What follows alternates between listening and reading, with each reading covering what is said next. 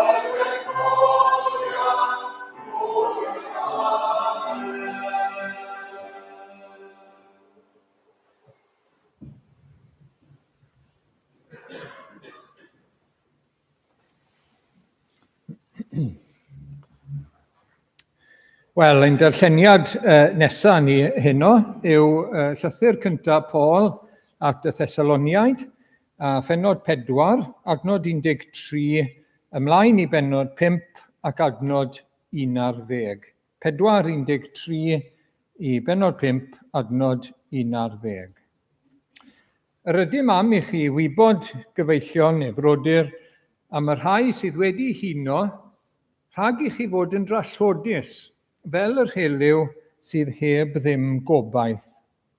Os ydym yn credu i Iesu farw ac atgyfodi, felly hefyd bydd Duw gydag ef yn dod â rhai a hunodd drwy Iesu. Hyn yr ydym yn ei ddweud wrthych ar air yr arglwydd. Ni fyddwn ni y rhai byw a dewir hyd ddyfodiad yr arglwydd yn rhagflaenu dim ar y rhai sydd wedi huno.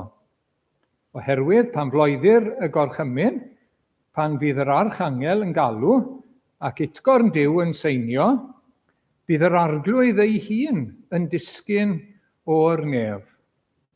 Bydd y meirw yng Nghrist yn atgyfodi yn gyntaf, ac yna byddwn ni y rhai byw a fydd wedi ei gadael yn cael ein cipio i fyny gyda hwy yn y cymylau, i gyfarfod â'r arglwydd yn yr awyr. Ac felly byddwn gyda'r arglwydd yn barhaus. Calonogwch eich gilydd felly ar geiriau hyn. Ynglŷn â'r amseroedd a'r prydiau, gyfeillion, nid oes arnoch angen i neb ysgrifennu atoch. Oherwydd yr ydych yn gwybod yn iawn, mae fel lleidyr yn y nos y daw dydd yr arglwydd. Pan fydd pobl yn dweud dyma dangnefedd a diogelwch, dyna'r pryd y daw dinistyr di-symwth ar ei gwartha, fel gwewyr esgor ar wraig feichiog, ac ni fydd dim dianc iddynt. Ond nid ydych chi, gyfeillion, mewn tywyllwch i'r dydd eich goddiweddyd fel lleidyr. Pobl y goleuni, pobl y dydd ydych chwi oll. Nid ydym yn perthyn i'r nos nac i'r tywyllwch. Am hynny, rhaid i ni beidio a chysgu, fel yr heliw, hynny yw y mwyafrif o bobl eraill, ond bod yn effro a sobor. Y rhai sydd yn cysgu yn y nos y maent yn cysgu, y rhai sydd yn meddwi yn y nos y maent yn meddwi. Ond gan ein bod ni'n perthyn i'r dydd, gadewch i ni fod yn sobor, gan wisgo amdanom ffydd a chariad yn ddwy froneg, a gobaith iachawdwriaeth yn helm. Oherwydd nid i ddigofaint y penododd Duw ni, ond i feddu iachawdwriaeth drwy ein harglwydd Iesu Grist. Hwnna fi farw drosom, mwyn i ni gael byw gydag ef, pyn bynnag a'i yn effro a'i yn cysgu y byddwn. Am hynny, calonogwch eich gilydd, ac adeiladwch bob un ei gilydd, fel yn wir yr ydych yn gwneud. Cyn ni'n diolch i'r arglwydd am ei air sanctaidd, gan gweddio i fendith ar y gair i ni heno. Amen. Wel, gawn ni droi nawr te at yr arglwydd mewn gweddi, gawn ni weddio. Ni'n diolch eto o Dduw a'n tad grasol, ein tad yn y nefoedd, am y cyfle newydd i ddod ger dy fron i roedfa, i ddaddoli o arglwydd, ac i nesau ata ti, ac i ddod ata ti nawr yn benodol mewn gweddi hefyd, i alw arna ti. Ac o arglwydd mae'n fraint i ni gael dod, i ni'n diolch bod ni'n cael cyfarfod fel hyn, yn ddirwystyr o arglwydd, bod rhyddid gyda ni, yn enw yr arglwydd Iesu i ddod at ein gilydd. Ac o arglwydd, diolch bod ni'n dod ar ddydd yr arglwydd, dydd yr atgyfodiad, ni'n atgoffa'n hunan yn aml, dydd y cododd Crist a dryllio pyrth y bedd.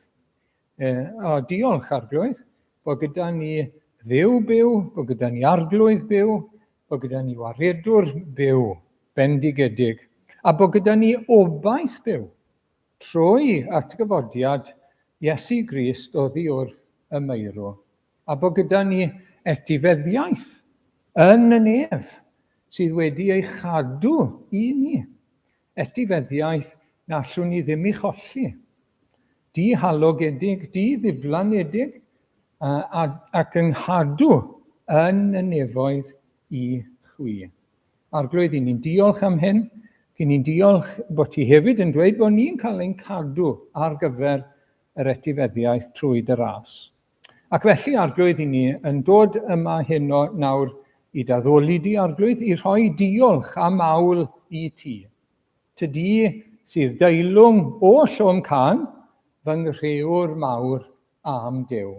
Wyt ti'n deilwng i gael pob mawl, pob addoliad, i dderbyn y gogoniant i gyd, oherwydd mae ti yw ein crewwr ni, ti yw ein cynhaliwr ni, a ti yw ein gwaredwr ni, a'n trynwr ni.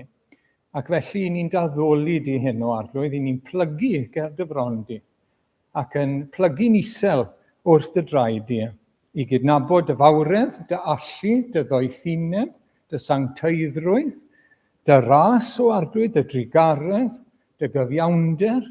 O, i ni'n diolch. Dy fod ti'n dduw bendigedig, yn dad, yn fab ac yn ysbryd glân.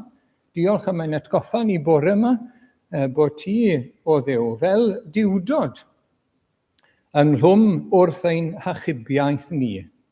Y tad yn trefnu, yn cynllunio, yn paratoi corff ac yn anfon y mab.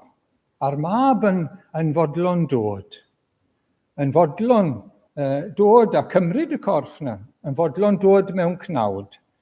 Yn fodlon dod i bartha i sefyddiar. Yn fodlon mynd i'r groes yn ein lle ni ac ein mwyn ni.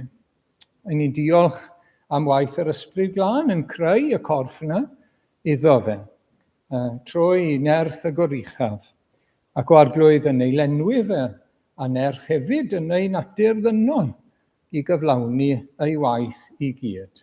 O, arglwydd, i ni'n diolch. I ni'n diolch am dy ras di o arglwydd. Mae dy waith di yw ein hachubiaeth ni. Gwaith Duw yw e. Gwaith dwyfol. Gwaith mawr. Goruwch naturiol. O arglwydd, i ni'n eisiau daddoli di. Ni eisiau dweud diolch wrtho ti. O dad, diolch am beidio a dileu yr holl fyd pan ddath pechod arglwydd. Diolch am beidio a gwneud hynny. Diolch am ddechrau o'r newydd ar ôl y dilew, a diolch bod ti wedi meddwl am ffordd arall o gael creadigaeth newydd trwy yr arglwydd Iesu. Diolch am drefnu ar gyfer i dy fab i ddod ar ein cyfer ni, i ddewis fel ein prynwr. Diolch o arglwydd am ei anfon, bod ti'n fodlon ei anfon o'r nef i ddod, a bod ti'n fodlon ei adael ar y groes, a'i draddodi fe drosom ni oll, heb i arbed O, arglwydd, diolch. A diolch i'r arglwydd Iesu am ddod, am ein cofio ac am ein caru. Diolch am ddod i'n plith ni, fel gwas, i'n gwasanaethu, i'n glanhau, i'n golchi, i'n prynu ni a'i werthfawr waed. O, diolch. Diolch iddo baratoi lle ar ein cyfer ni nawr yn y nef, a bod e'n eiriol droson ni, bob amser. Diolch i'r ysbryd glân am nerthu'r arglwydd Iesu.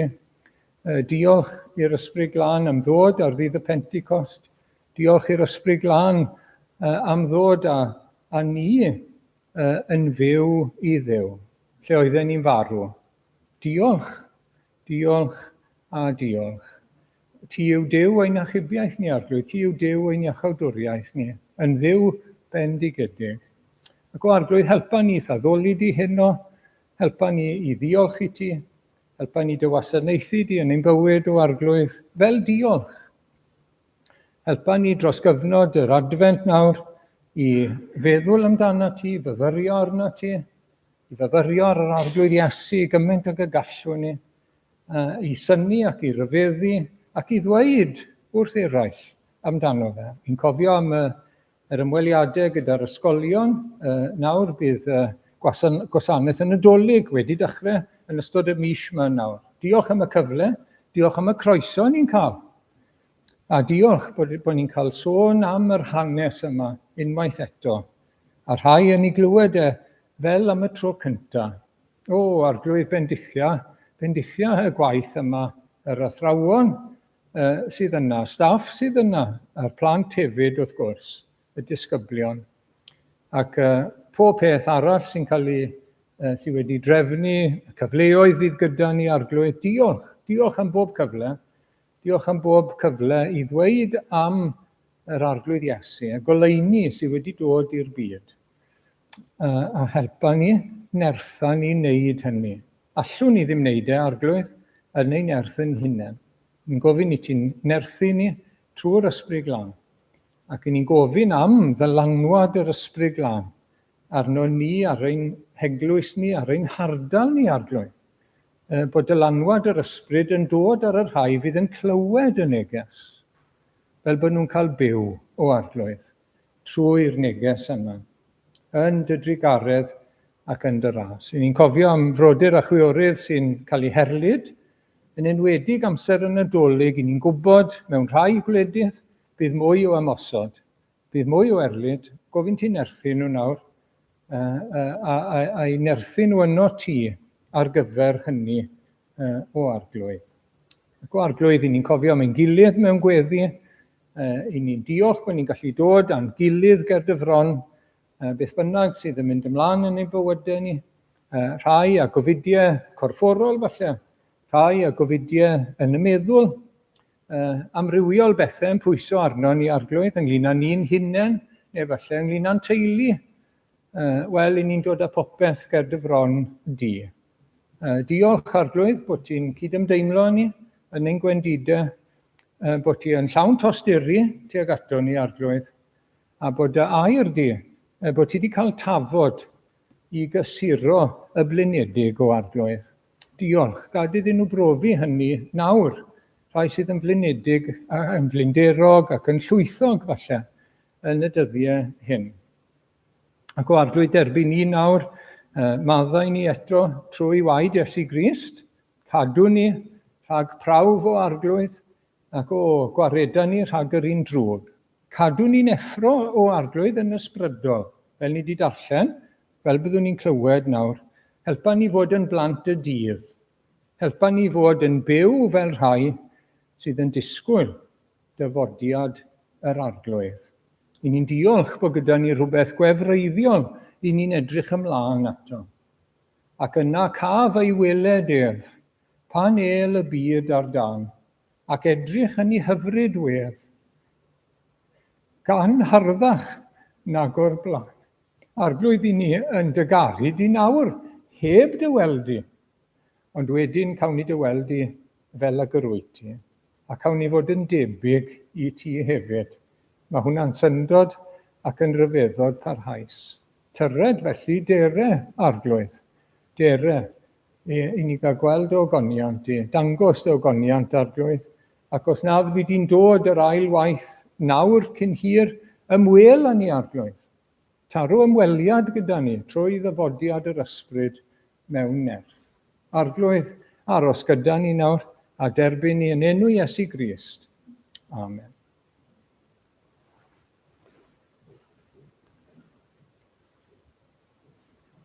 Wel, gawn ni droi nawr at yr ail emyn sydd gyda ni heno, o tyred i Emmanuel a datod rwymau Israel.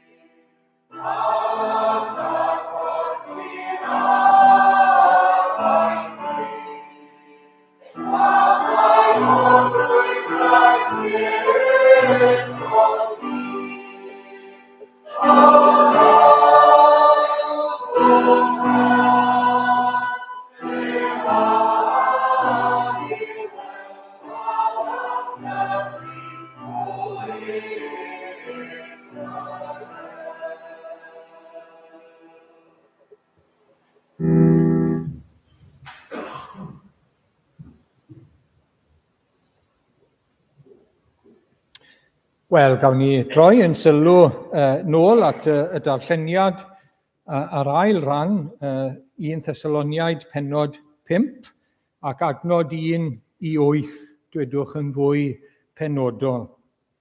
Ac mae'r apostol Paul fan hyn yn trafod ail ddyfodiad yr arglwydd Iesu Grist ar ddiwedd amser. Ac mae'n trafod yn arbennig sut i fod yn barod. Sut i fod yn barod. Ar gyfer ei ddyfodiad, dydd yr arglwydd, dydd y farn, wrth gwrs, pan fydd yn dod yn ôl.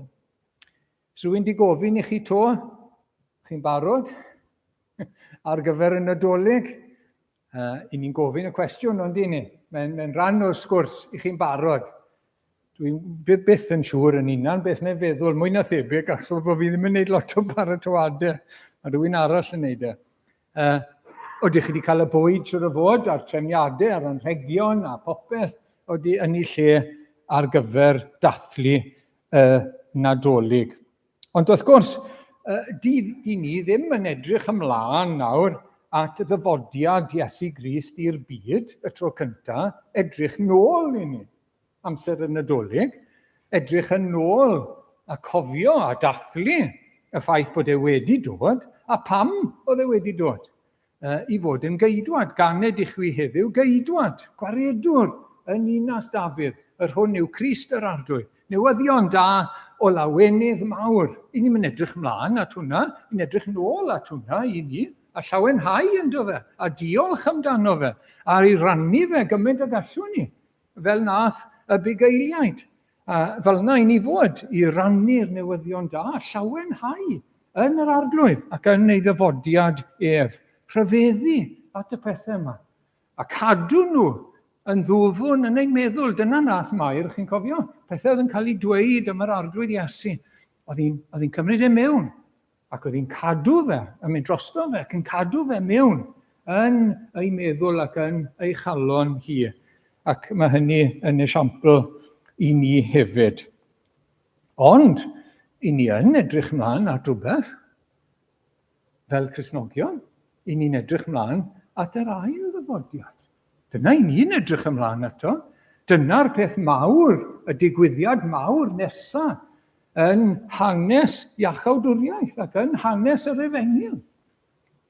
yr ail ddyfodiad pan fydd Iesu Grist yn dod yn ôl. Ac mae'n berthnasol wastad i siarad am yr ail ddyfodiad. Dwi'n hoffi wneud bob advent, achos mae'r syniad o advent yn edrych ymlaen, ond mewn gwirionedd yr ail ddyfodiad i ni'n edrych ymlaen ato fe. A mae mor berthnasol, bob amser.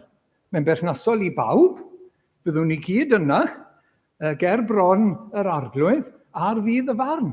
Pawb yn cael ei casglu sydd wedi byw trwy hanes i gyd. Pawb yn ymddangos ger ei fron ef. Pawb yn rhoi cyfri am ei fywyd. Wel, mae bywyd ar y ddaear yn cyfri. Mae'n cownto. Achos mae rhaid ni roi cyfri. Give an account. Mae hwnna'n dangos bod e'n cyfri. Bod e ddim yn ddibwys ac yn ddim byd. Mae'n cyfri. A ni'n rhoi cyfri wedyn am ein bywyd. A mae'n amlwg bod yr apostol Paul wedi dysgu o'r blaen gyda'r Thessaloniaid am ddyfodiad yr arglwydd. Mae'n atgoffa nhw o bethau a mae'n delio gyda pethau gwahanol. Yn y rhan gyntaf o'r darlleniad oedd gyda ni, mi welsoch chi falle, o'n nhw'n poeni nawr beth am yr rhai oedd wedi marw. Bydden nhw'n colli mas ar yr ail ddyfodiad. O'n nhw wedi marw, beth oedd yn mynd i ddigwydd iddyn nhw. Ac mae'n ei cysuro nhw, dim o gwbl, dim o colli mas o gwbl. Bydden nhw'n cael ei atgyfodi gyntaf, medda fe. Ac wedyn byddwn ni'n cael ein cymryd i'r cymylau i gwrdd ar arglwydd yn yr awyr. A mae'n ei cysuro nhw. Bydwch â poeni nawr am y rai sydd wedi marw yng Nghrist, yn yr ysbryd, maen nhw gyda'r arglwydd. Bydden nhw'n dod gyda fe, a bydd eu corff nhw'n codi gyntaf, a wedyn byddwn ni, pwy bynnag sy'n fyw, yn cael ei cymryd lan at yr arglwydd. Mae wedi cysuro nhw yn y gwirionedd yna. Gyda'r pwrpas, a chi'n gweld beth yw pwrpas, popeth mae Paul yn ei ddweud yn 18 ac wedyn ar ddiwedd y paragraff cyntaf yn y 5 bennod, so diwedd pennod 4, diwedd paragraff cyntaf pennod 5, calonogwch eich gilydd a'r geiriau hyn. Dyna pan mae'n ysgrifennu, yw calonogi nhw. Ysdim eisiau nhw ofni, rhai sydd wedi marw, sydd eisiau ofni, bod nhw yng Nghrist, maen nhw'n barod. A beth sydd eisiau gwneud yw byw nawr fel rhai sy'n paratoi ar gyfer y dydd. Ac felly calonogwch eich gilydd yn hyn, yn y ffordd i chi'n byw, yn paratoi ar gyfer y dyddiad yna. Ac i ni yn y cyfnod nawr o baratoi. Chi'n sylwi, mae'r siopau yn llawnach. Mae trostrau yn fwy bisi, wy'n cadw draw. Mae'n rhy bisi ar hyn o bryd. Mae'n mynd yn llawnach ac yn llawnach. Pam? Mae pobl yn bisi yn paratoi. Maen nhw'n paratoi, maen nhw'n cael pethau, chwilio am pethau, yn rhegion ac yn y blaen, ar gyfer nadolig. Maen nhw'n bisi. Wel nawr siwr di ni'n byw fel Cristnogion. Oeddi ni'n brysur yn paratoi.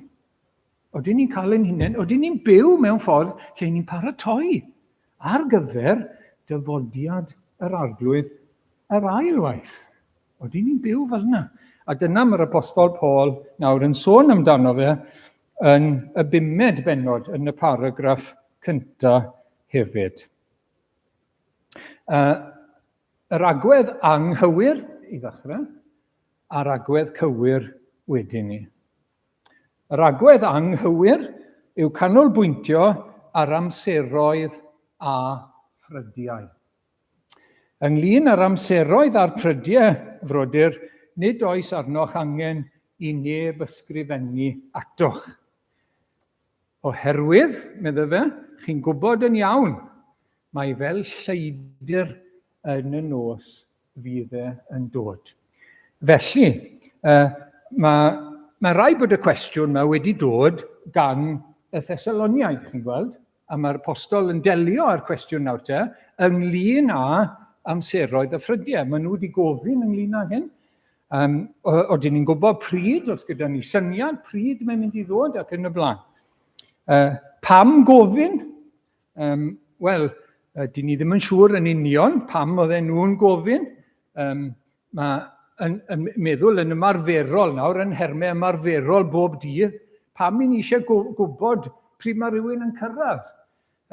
Wel, i ni eisiau gwneud trefniadau falle. Pryd fyddwch chi'n dod, pryd fydd eich tren chi'n cyrraedd, beth yw'ch ETA i ni gael gwneud pethau'n barod ar eich cyfer chi. Fydd e'n rwyddach i fi wybod i chi'n gwneud pethau'n barod os fi'n gwybod pryd chi'n dod. Chi'n gweld? A falle bod yna feddwl fel yna. Sy'n ni'n gwybod yn union bydde fe'n rwyddach paratoi ein hunain. Falle bod yna elfen o chwilfrydedd, curiosity. Wy'n ofni bod hynny'n wir am rai, bod yna rhyw chwilio i drio gweld yn fanwl beth fydd y drefen a pryd fydd e'n dod. Mae yna ddywediad yn dos knowledge is power. Bod ni'n gwybod y pethau yma, bod ni wedi treiddio, bod ni'n deall y pethau yma. Ond dyw hwnna ddim yn dilyn bod ni'n paratoi yn hunain ar gyfer ei ddyfodiad Doedd e ddim yn ateb i'w concern nhw i wybod dyddiad ac amser. Am un peth, doedd neb yn gwybod. A dos neb yn gwybod, chwaith, y dyddiad na'r amser, y dydd na'r awr. I ni'n gwybod bod e'n dod yn nes, wrth gwrs.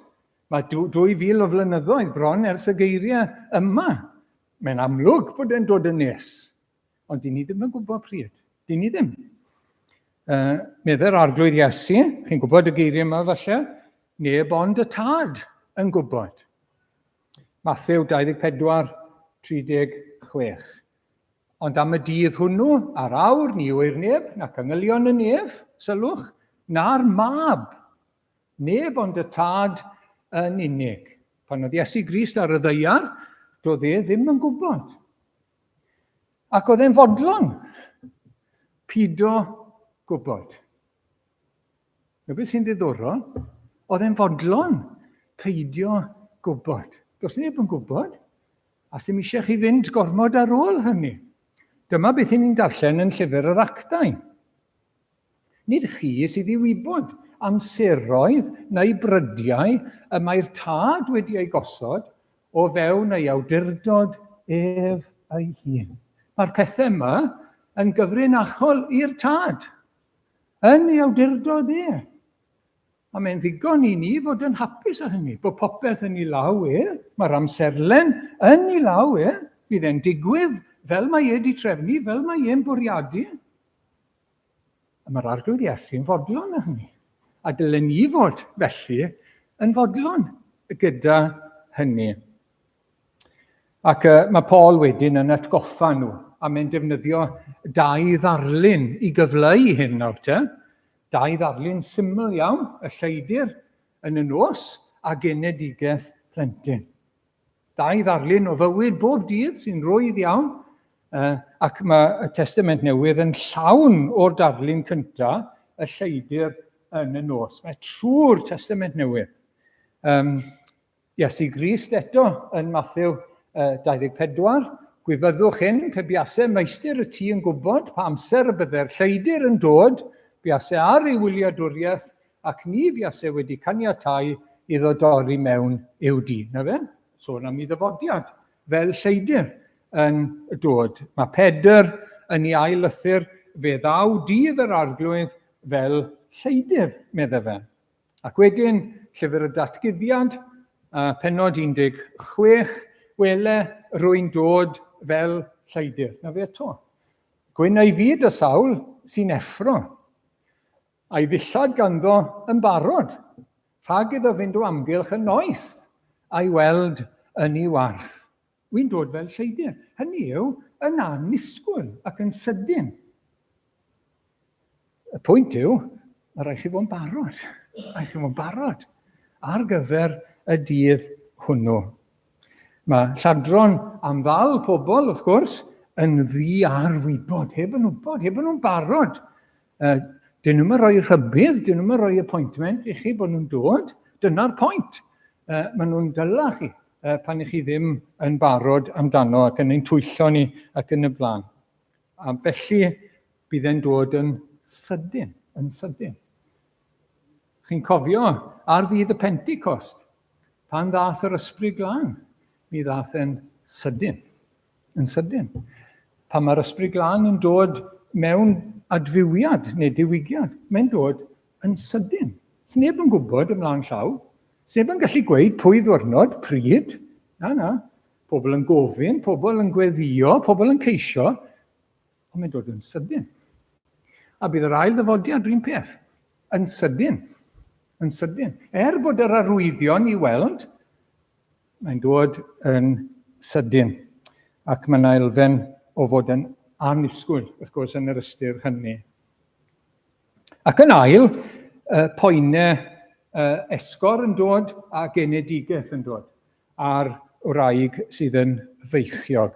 Yn adnod 3, dyma pan fydd pobl yn dweud, dyma danefedd a diogelwch, dyna pryd y daw dynus yr disymwth ar ei gwartha, fel gwewyr esgor ar wraig feichiog, ac ni fydd dim dianc iddyn nhw. Bydd ei ddyfodiadau yn rhoi stop ar bopeth. Pob trefniadau, unrhyw beth oedd ymlaen, dyna fe. Ac bydd e'n dal pawb. Mae rhai pobl, pan chi'n sôn am yr ail ddyfodiad, neu dydd y farn, wel, rhai yn gwadi'r peth, wrth gwrs, a pidwch a siarad am bethau fel yna, bethau ofergoeli sy'n perthyn i ganrif o'r blaen, pidwch a siarad am bethau fel yna, felly gwadi fe. Dwi'n mynd i ddigwydd. Pobl yn ei gymryd yn ysgam, mae hwn yn berygl i ni gyd i raddau, ond llawer, wel, mae'n bell yn y dyfodol, sy'n eisiau fi feddwl amdano fe nawr. Mae pobl yn meddwl rhywun peth yn aml am farwolaeth, wrth gwrs, mae hwnna rhywbryd yn bell, sy'n eisiau fi feddwl amdano fe nawr, sy'n eisiau paratoi ar gyfer hwnna. Ond peth ffôl iawn yw hynny, a hefyd yr un peth gyda dyfodiad yr arglwydd.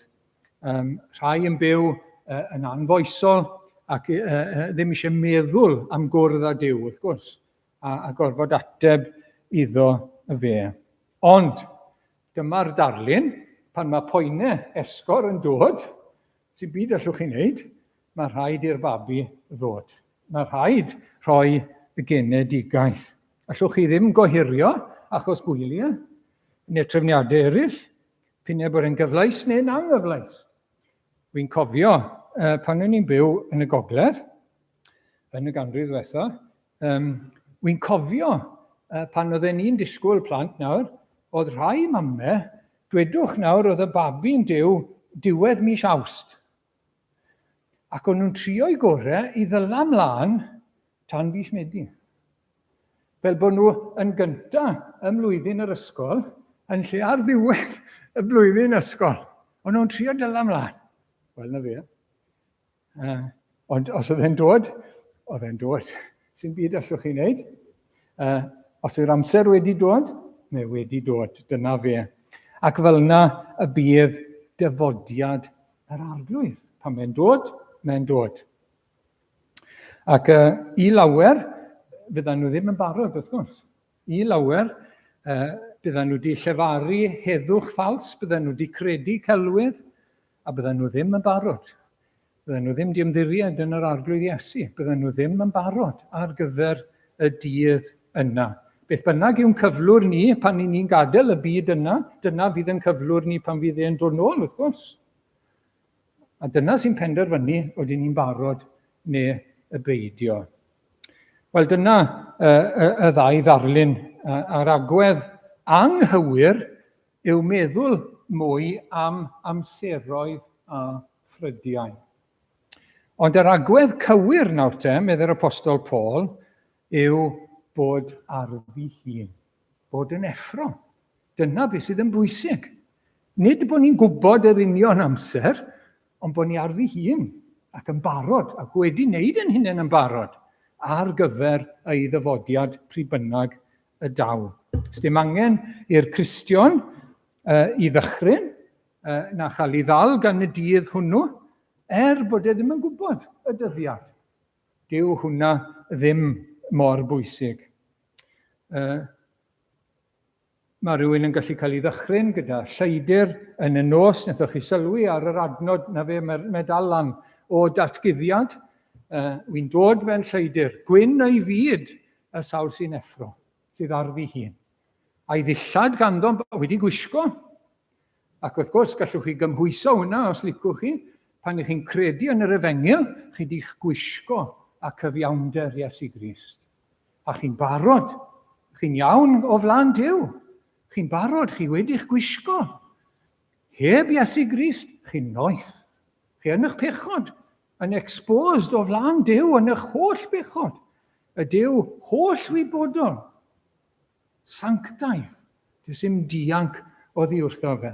A tra bod ni'n gweud hyn wrth fynd, mae rhaid i fi ofyn i rai sy'n gwrando fan hyn neu gytre, odych chi'n barod?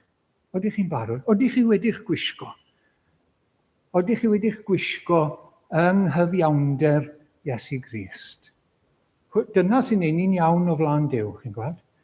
Mae ni'n dderbyniol wedyn, ni'n barod wedyn, ni'r un mor gyfiawn yr eiliad ni'n credu yn Iesu Grist a gybyddwn ni yn y nef. Chi'n barod ynddo fe. Pidiwch â gohirio, pidiwch â dilyn rhai sy'n gweud o allwch chi adael falle ddaw e ddim o gwbl, falle fydd e ddim yn digwydd. Pidiwch â gwrando ar bethau fel yna. Gwrandwch ar air Duw. Dyw ddim yn gweud celwydd. Dyw ddim yn twyllo ni. Dyw ddim yn ein harwen ni ar gyfeilion. Mae'n ein anrydeddu ni ar gwirionedd. Na beth yw'r Beibl? Y gwirionedd yw e. A mae'r gwirionedd yn codi pobl lan. Ddim yn ei tynnu nhw lawr. Mae twyll yn tynnu chi lawr, a celwydd, mae gwirionedd yn codi chi. A mae'n gweud y gwir wrthon ni, dyma sy'n mynd i ddigwydd. Nawr, mynwch bod chi'n barod. Credwch yn yr arglwydd Iesu. Galwch arno fe i fod yn iawn gyda Duw. Nawr. Beth bynnag fydd yn cyflwr ni pan ni'n marw, dyna fydd yn cyflwr ni ar ddydd y fan, yn ei ddyfodiad e. A rhaid ni fod yn barod felly nawr. Felly, pan mae lleidyr yn dod, wrth gwrs dyna'r dychryn, y gallai fe ddod a'n dal ni yn y nos, yn y pyjamas, heb ddillad, a bod ni ddim yn barod ac yn gysglyd i gyd. Ond pan mae ymwelydd, visitor, yn dod yn ystod y dydd, mae'n hollol wahanol. Falle bod ni ddim yn gwybod yn gwmws pryd oedd e'n mynd i ddod, ond ni'n barod, ni wedi gwisgo, ni lan, ac ni'n falch o'i weld e. Na'r gwahaniaeth, chi'n gweld, gyda yr un sy'n barod ar gyfer dyfodiad yr arglwydd. Oedd aelod mewn capel yn y gogledd, nôl eto, oedd hwn wedi dod i'n feddwl i tybeth. Oedd wedi bod yn y rhyfel, yn yr ail ryfel byd. Ac oedd wedi bod, ac oedd wedi cael dimob. Oedd wedi cael ei ryddhau nawr o'i ddyled swyddau, ac oedd e'n dod gytre. Ac doedd neb yn gwybod bod e'n dod. Ac oedd e'n gynnar yn y bore. A dyma fe'n dod lawr yr hewl. Wrth gwrs, oedd hi'n dawelach pryn un am ei nawr, ond oedd e'n dod lawr yr hewl, a pwy oedd wrth y gat, cyn iddo fe gyrraedd, oedd hi fam. Oedd hi'n gwybod bod e'n dod, ond oedd hi wedi clywed a nabod sŵn i drad. Oedd hi'n disgwyl, dyna beth oedd ar ei meddwl hi, oedd hi ddim yn gwybod pryd, oedd hi ddim yn gwybod tawn ar diwrnod, ond pan glywodd hi y trad na'n dod, oedd hi'n gwybod. Trad i mab i oedd rheina. Ac oedd hi'n gallu mynd mas, ac oedd hi'n barod i gwrdda fe pan oedd e'n cyrraedd. Wel, na fe, mae'n wahanol yn ystod y dydd a bod ni'n barod, a bod ni'n nabod yr arglwydd cyn hynny wrth gwrs. Ac mae'r cymhariaeth yma gyda'r apostol Paul rhwng y dydd a'r nos, yn dos e. Y tywyllwch a'r goleuni, bod yn gysglyd, bod yn effro, bod yn feddw yn y nos neu fod yn sobor. Mae'n pwysleisio hynny. Ac mae siwr fydd yr ail ddyfodiad yn dibynnu ar ein cyflwr ni. I rai pobl, bydd e fel rhywun yn dod yn y nos. Rhywun sydd heb gredu, mae'n dal yn y tywyllwch. Mae'n dal heb adnabod Duw. Ac yn byw yn y tywyllwch. Ac fydd e ddim yn barod. Fydd e falle fel rhywun meddwl, ddim yn glir, ddim yn deall, ddim wedi meddwl troi yn iawn i ystyried pethau Duw. Bydd e'n gymysglyd i gyd, a ddim yn barod wrth gwrs. I eraill, bydd e fel ymwelydd i ni falch o'i weld. Ei ddisgwyl heb wybod pryd mae'n dod. I blant y dydd, mae hynny, plant y goleuni. Ac dyna y darlun yn adnod 5, o bennod 5, pobl y goleuni, pobl y dydd, ydych chi oll fel Cristnogion. Pobl y goleuni, pobl y dydd. Nid ydym yn perthyn i'r nos, nac i'r tywyllwch. Ond dyma'i her i Gristnogion Thessalonica, ydych chi'n byw fel pobl y dydd? Neu ydych chi'n byw fel pobl y nos? Neu her. Dyna beth mae'n gofyn iddyn nhw. Am hynny, rhaid i ni beidio a chysgu, fel yr heliw. Rhai sydd yn cysgu yn y nos y maent yn cysgu. A rhai sydd yn meddwi yn y nos y maent yn meddwi. Rhaid ni beidio byw fel yna. Fel plant y nos, ond fel plant y dydd. Ac ych chi'n cael y darlun yma nawr o'r nos a'r dydd. Ac mae hwn yn bwysig iawn yn y Beibl. Yn yr Hen Testament, yn gyffredinol, mae'n sôn am yr oes ar y pryd, yn yr Hen Testament, fel y nos, ond amser y Meseia fel y dydd. Fel y dydd. Cymerwch chi'r adnodau yma yn Luc. Chi'n cofio proffwydoliaeth Secharia, tad Ioan Fedyddiwr yw hwn. Hyn yw trigaredd calon ein Duw, fe ddaw ar wawrddydd o ddichod. Mae'r wawr yn dod, mae'r dydd yn dod i lewyrchu ar y rhai sy'n eistedd yn hywyllwch cysgod angau a chyfeirio ein traed i ffordd tangnefedd. Mae'r dydd yn dod. A nawr, wrth gwrs, mae ar ddod, mae'n proffwydo, just cyn geni Iesu Grist. Mae'r wawr yn torri. Sy'n eisiau ni i eistedd lawr yn hysgod marwolaeth, a chi ddiflas, eistedd yn y tywyllwch. Ond na, allwn ni godi a ffindo ffordd at Dduw, ffordd tangnefedd, ffordd i ddod i heddwch gyda Duw a cael gobaith tragwyddol. Felly mae Iesu Grist wedi dod ar wawr. Oes newydd. Y deyrnas sydd i ddod yw ei. Yn dod gyda dyfodiad Iesu Grist. Gallwn ni ddweud bod hi wedi dod. Gallwch chi ddweud bod hi yn mynd i ddod gyda'i ail ddyfodiad yn llawn. Ac in between, gallwch chi ddweud mae yn dod. Mae'n symud mlaen. Dyna teyrnas Dduw. Dyna yr oes newydd. Dyna'r dyfodol sy'n gan Dduw ar gyfer ei bobl. Marc 1:15, mae'r amser wedi ei gyflawni ac mae teyrnas Dduw wedi dod yn agos med Iesu Grist. Edifarhewch a chredwch yr Efengyl. Dyma fe. Mae'r wawr wedi dod. Mae Crist wedi dod. Mae ffordd tangnefedd o'ch blaen chi. Fan hyn. Dewch ato fe. Cerddwch ynddo fe. Dewch o'r cysgodion i'r golau. Cyffeswch eich pechodau. Edifarhewch. Byddwch yn real gyda Duw. Galwch arno fe. A mi gewch chi oleuni y bywyd yn yr arglwydd Iesu Grist. Ac 1 Ioan, pennod 2, mae'r un darlun eto, oherwydd y mae'r tywyllwch yn mynd heibio. A chi hyfryd yn dyfa. Mae dydd y diafol yn mynd hibo. He's had his day. A'r gwir oleuni eisoes yn tywynu. Mae wedi dod yn barod ac mae'n mynd i ddisgleirio mwy a mwy a mwy nes bod e'n dod eto. Dyma beth mae o'n i wedi darllen y dyfyniad yma, o'n i'n mynd i rannu fe gyda chi. Dyn o'r enw F.F. Bruce, sy'n sgwennu esboniadau, yn y fodiad cyntaf Iesu, ymwthiodd yr oes i ddod i'r bywyd presennol. The age to come invaded the present life, wy'n licio hwnna. Ac wedyn, yn ei ail ddyfodiad, bydd yr oes i ddod wedi disodli.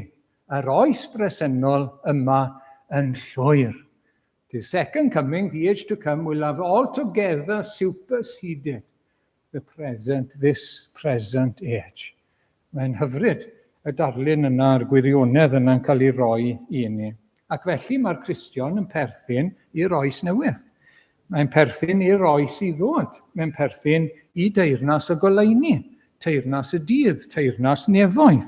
Mae wedi cael ei drosglwyddo o'r tywyllwch i'r goleuni. Dyma chi 1:4-2. I hysbysu, chi'n bobl arbennig i Dduw nawr, chi wedi cael eich galw gan Dduw, chi wedi dod at Iesu Grist i hysbysu gweithredoedd ardderchog, yr un a'ch galwodd chi allan o dywyllwch yw ryfeddol oleuni ef. Pan gafodd Paul ei alw gan Iesu Grist, beth wedodd yr arglwydd wrth Ananias? O llester dewis i mi yw hwn, mae'n mynd i alw pobl o dywyllwch i oleuni, o feddiant Satan at Dduw. Mae'r digred yn aros yn y tywyllwch. Yn y tywyllwch maen nhw, rhai sy'n osgoi dod at Iesu Grist, a rhai sy'n osgoi edifarhau a ceisio'r arglwydd, maen nhw'n aros yn y tywyllwch. Ioan 3 yw'r adnod sydd gyda ni. Dyma'r condemniad i'r goleuni ddod i'r byd, ond i ddynion garu'r tywyllwch yn ytrach na'r goleuni, am fod ei gweithredoedd yn ddrwg. Oherwydd mae pob un sy'n gwneud drwg yn casau'r goleuni, ac nid yw'n dod at y goleuni, rhag ofn i'w weithredoedd gael i dadlenni, exposed. Maen nhw eisiau aros mewn tywyllwch yn hytrach na bod yn agored, yn hytrach na chyffesu, gedifarhau a dod at yr arglwydd. Pan ddaw Iesu Grist yn ôl, bydd y nos wedi gorffen. Bydd e wedi gorffen. Bydd mae yna dywyllwch yn mynd i fod yn y byd, wrth gwrs, tan y diwedd. Ond pan ddaw bydd y nos wedi gorffen. Bydd hi fel ganol dydd, wrth gwrs. Bydd yr hen oes wedi darfod. Bydd pobl y nos yn mynd i'r tywyllwch eithaf, yn uffern. Ond bydd y dydd wedi ei sefydlu yn llawn. A phobl o'r dydd yn cael achubiaeth lawn o'r diwedd. Nawr mae bod yn barod felly yn dibynnu ydyn ni'n blant y dydd neu'n blant y nos. Yn gyntaf, ydyn ni'n Gristnogion neu beidio, ac wedyn ni mae'r her yma mae'n siarad â Cristnogion. Ydyn ni'n byw fel plant y dydd. Mae hwnna'n bwysig. Ac just cyn gorffen, mae hwnna'n rhywbeth i ni feddwl amdano nawr. Dyma sydd ni fod i galwnogi yn gilydd. Ydyn ni'n byw fel plant y nef. Mae gyda ni dual citizenship. I ni ar y ddaear, ond i ni'n blant y nef. I ni'n etifeddion y nef yn Iesu Grist. Meddyliwch am eich pasbort ysbrydol chi. P'un sy'n dod gyntaf? Bo chi'n blentyn y nef, neu bo chi'n blentyn y ddaear? P'un sy'n bwysica? P'un sy'n dod gyntaf? Beth am ein blaenoriaethau ni mewn bywyd nawr? Yn ein meddwl, yn ein trefniadau. Beth sy'n dod gyntaf? Beth sy'n cael y flaenoriaeth gyda'n amser, gyda'n harian, gyda'n doniau? Pwy sy'n cael y gorau? Pwy sy'n cael y flaenoriaeth? Oedden ni'n meddwl fel plant y nef, plant yr arglwydd. Felly fe sy'n gyntaf, fe sy'n dod gyntaf, mae e'n cael blaenoriaeth bob amser. Yn ein bywyd ar y ddaear, mae rhaid i ni fyw ar y ddaear, mae rhaid i ni fynd i'r gwaith, rhaid i ni wneud popeth. Ond bod ein blaenoriaeth ni yw blesio fe, a'i wasanaethu fe, a'i garu fe. Ble mae'n zeel ni? Ble mae'n brwdfrydedd mwyaf ni? Ymhethu'r nef neu ymhethu'r ddaear? Fel hyn, ni'n paratoi yn hynny. Dyma beth yw bod yn barod. Oedden meddwl a'n calon ni ar y bywyd Cristnogol. Yn ein bywyd bob dydd, yn ein gwaith, yn ein cartre, lle bynnag i ni, pan ni ar ben ein hunain. Beth sydd yn llenwi'n bryd ni? Ble mae'n golwg ni? Dwi ar Iesu. Dyn ni'n ymwybodol o'n hunan. Pwy i ni? Fel plant yr arglwydd, fel plant y nefoedd. A mae hwnna'n lliwio ein defosiwn ni wedyn, wrth gwrs, i bwy i ni'n devoted. A'n addoliad ni, a'n gwasanaeth ni. Oedden ni mewn dillad soldiwr yn ysbrydol, neu ydyn ni yn pyjamas? Beth wedodd yr apostol Paul y fan hyn? Gadewch i ni fod yn sobor, gan wisgo amdano'n ffydd a chariad yn ddwy froneg, rhowch yr uniform y milwr mlaen. Os chi eisiau bod yn barod, chi mewn brwydr ysbrydol. Yn pwysleisio cadwch llyged ar yr arglwydd, ffydd a chariad at yr arglwydd a'i bobl, a gobaith i achawdwriaeth, bod chi'n byw yn y gobaith. Gobaith ar Efengil, y gobaith byw. Dyma'n gobaith ni. Nid gobaith y ddeiar, nid gobaith y byd, gobaith y gogoniant sydd yno ni. Na fe. Wel, ydyn ni yn yr uniform, neu ydyn ni yn pyjamas? Fel rhai sy'n redeg y ras, ydyn ni mewn dillad redeg, neu ydyn ni mewn fancy dress? Chi gweld y London Marathon, chi'n gwybod pwy sy'n redeg i ennill, mae rhai yn ei vest a'i shorts, mae rhai eraill mewn di gwisgo pob math o bethau. Maen nhw'n codi arian ac yn y blaen, so maen nhw'n o ddifri, sy'n ots pwy amser, mae felly gymryd oriau ac oriau iddyn nhw. Wel nawr te, siwr di ni, wrth redeg y ras, y bywyd Cristnogol. Ydyn ni mewn fancy dress? Neu ydyn ni yn y vest a'r shorts? Yn redeg a'n golwg ar yr arglwydd ar gyfer y wobr sydd yn y nef ar ein cyfer ni. Ydyn nod ni am blaenoriaeth ni ar dyfu mewn ffydd a gwybodaeth ac adnabyddiaeth o'r arglwydd a'i ewyllus e. Dyma siwt mae bod yn barod.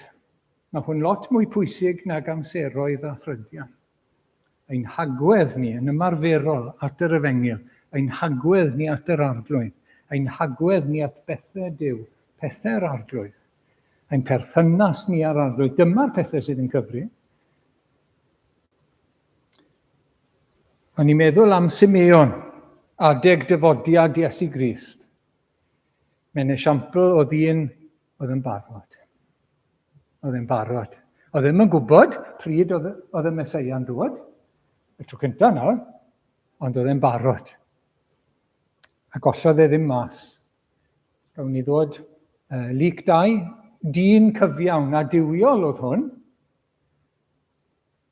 Felly, neu fywyd, diwioldeb, troi gwmpas Duw, yn disgwyl am ddiddanwch Israel. Disgwyl am y Mesaia.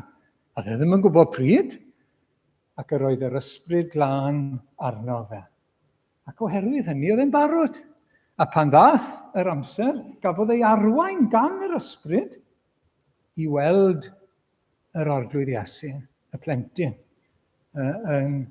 gyda'i fam pan nhw'n wedi dod i gyflwyno fe yn y deml. Anna hefyd yn yr un darn, oedd hi'n barod i bywyd hi yn addoli ac yn ymprydio a gweddio ddydd a nos. Oedd hi wedi aros yn y deml. Doedd Simeon ddim, ond oedd hi wedi. Diwna ddim, nid na'r peth mawr, pinne bod ni yn y deml trwy'r amser neu byd o, ond yr agwedd o fod yn barod. Ond Herod wedyn ni, doedd e ddim yn barod. Ac yn ni'n darllen y Mathew, dyma'r adnod ola nawr, am heno, a phan glywodd y brenin Herod hyn, neges y doethion, y brenin newydd, cythriddwyd ef, a Jerusalem i gyd gydag e. Fe oedd y brenin, oedd e ddim eisiau plygu i frenin arall, oedd e ddim yn barod i dderbyn bod brenin arall yn mynd i ddod. Heb sôn am blygu iddo fe. A dyna chi esiampl falle o'r dyfodiad cyntaf, y gwahaniaeth. Oedd un ddim yn ddiwio, oedd un yn meddwl am ei frenhiniaeth ei hunan, ac am ei bwer ei hunan, yn fwy na dim byd arall. Tra bod eraill yn meddwl am deyrnas Dduw, meddwl am addewidion Duw, ac yn byw ar gyfer hynny. Dyna rhai oedd yn barod, nid y brenin Herod. Wel, diolch i'r arglwydd am ei air, diolch am obaith gwefreiddiol yr ail ddyfodiad.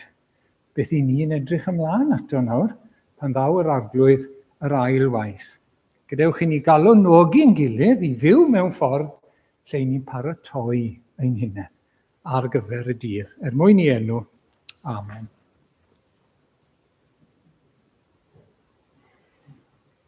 Wel, mi droiwn ni at yr emyn ola. Does dim llawer o emynau ar thema yr ail ddyfodiad, ond dyma un, welen dyfod ar y cwmwl, yr hwn fu farw ar y pren. Murddiannau o nghylion sy'n amgylchu ei orsedd wen.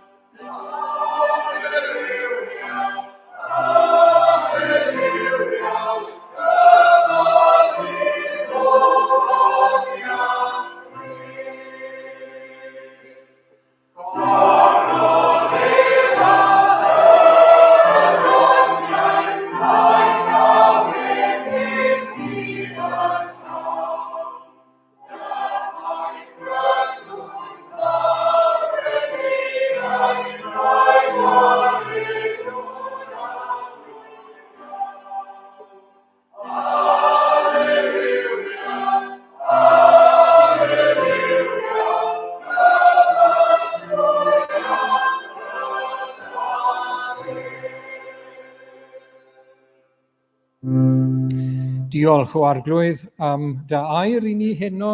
Diolch am y gair, am y Beibl arglwydd, pan ti'n dweud wrthon ni y gwir, am hanes y byd yma ac am dy gynllun di. Cyn ni'n diolch am gynllun y greadigaeth newydd, yr oes newydd o arglwydd, gyda Iesu Grist fel y dyn cyntaf a'i blant a'i hil wedyn. Diolch arglwydd. Am y gobaith yma sydd gyda ni. Diolch am y dyfodiad cyntaf. Bod ti di'n cofio ni, bod ti di'n caru ni arglwydd, bod ti di anfon dy fab i ni yn llawenhau ac yn rhyfeddu. Ond diolch am yr ail ddyfodiad hefyd. Diolch y gallwn ni edrych ymlaen yn gynhyrfus tuag ato fe a cael ei weld o arglwydd fel ag y mai. Arglwydd i ni yn edrych nawr trwy ffydd, yn gweld mewn drych i ni arglwydd yn aneglur iawn, ond wedyn gawn ni weld yn glir. Arglwydd diolch. Helpa ni i galwnogi'n gilydd o arglwydd, i fod yn barod trwy droi at yr arglwydd Iesu, trwy edifarhau a chredu, ac wedyn trwy fyw fel plant y nef ac fel plant y gobaith. Helpa ni arglwydd, maddau ni weithiau ni'n colli golwg, maddau ni bod ni'n cael yn dylanwadu gan y byd. Helpa ni arglwydd, diolch am yn atgoffa ni heno nawr, ac felly nertha ni i wisgo'r arfogaeth o arglwydd, i fod yn effro ac yn sobor, i fod yn ddiwiol, i fyfyrio arna ti, i roi ein perthynas â ti gyntaf yn ein bywyd fel blaenoriaeth lwyr.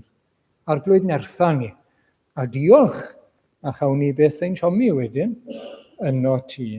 Gras ein harglwydd Iesu Grist a chariad Duw a chymdeithas yr Ysbryd Glân a'r hoso gyda ni yn nawr a hyd nes y daw. Amen.